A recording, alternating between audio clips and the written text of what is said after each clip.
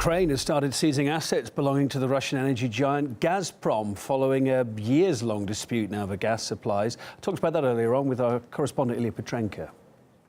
The contracts were in dispute, etc., between Ukraine and Russia. What's the latest now, then?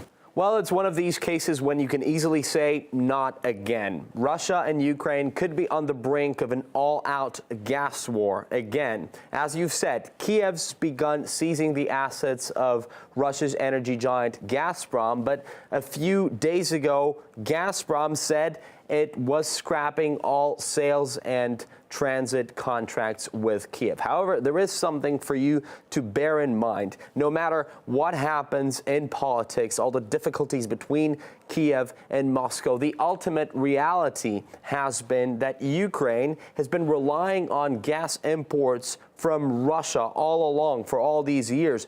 Eastern and Central Europe too, and a massive share of these gas supplies is delivered through Ukraine. If this Jenga tower of contracts for the purchases, the transit, and all the political issues to top all that off collapses, staying warm in Eastern Europe during this very cold spring, as we all know, could become an issue. Yeah, I mean, even Western Europe, there are going to be viewers watching us tonight in Britain, in France, etc., going, hang on a minute, a lot of our gas comes via Ukraine. Now, there's been a blip a couple of years back now, has to be said.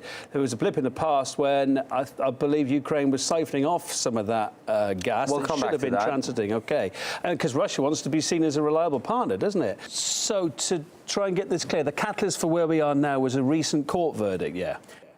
Well, Ukraine's Naftogaz and Russia's Gazprom have been settling their disputes in a Stockholm arbitration court, and in the last few years, there have been so many issues in between these two. But just a short while ago, one Stockholm tribunal decision forced the Ukrainian firm to pay the Russians a sum of about $2 billion. That was basically a gas bill that they hadn't paid. But then the latest decision was that Russia's Gazprom must pay Ukraine's Naftogaz more than $4.6 billion, and that was for abusing their position as a monopoly. And if you do the math, then Moscow ends up owing Kiev more than $2.5 billion.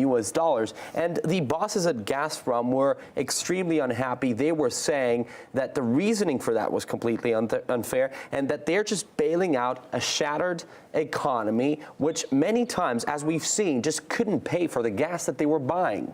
Gotcha. The arbitrators justified their decision by the sharp deterioration in the Ukrainian economy. We're categorically against the Ukraine's economic problems being solved at our expense.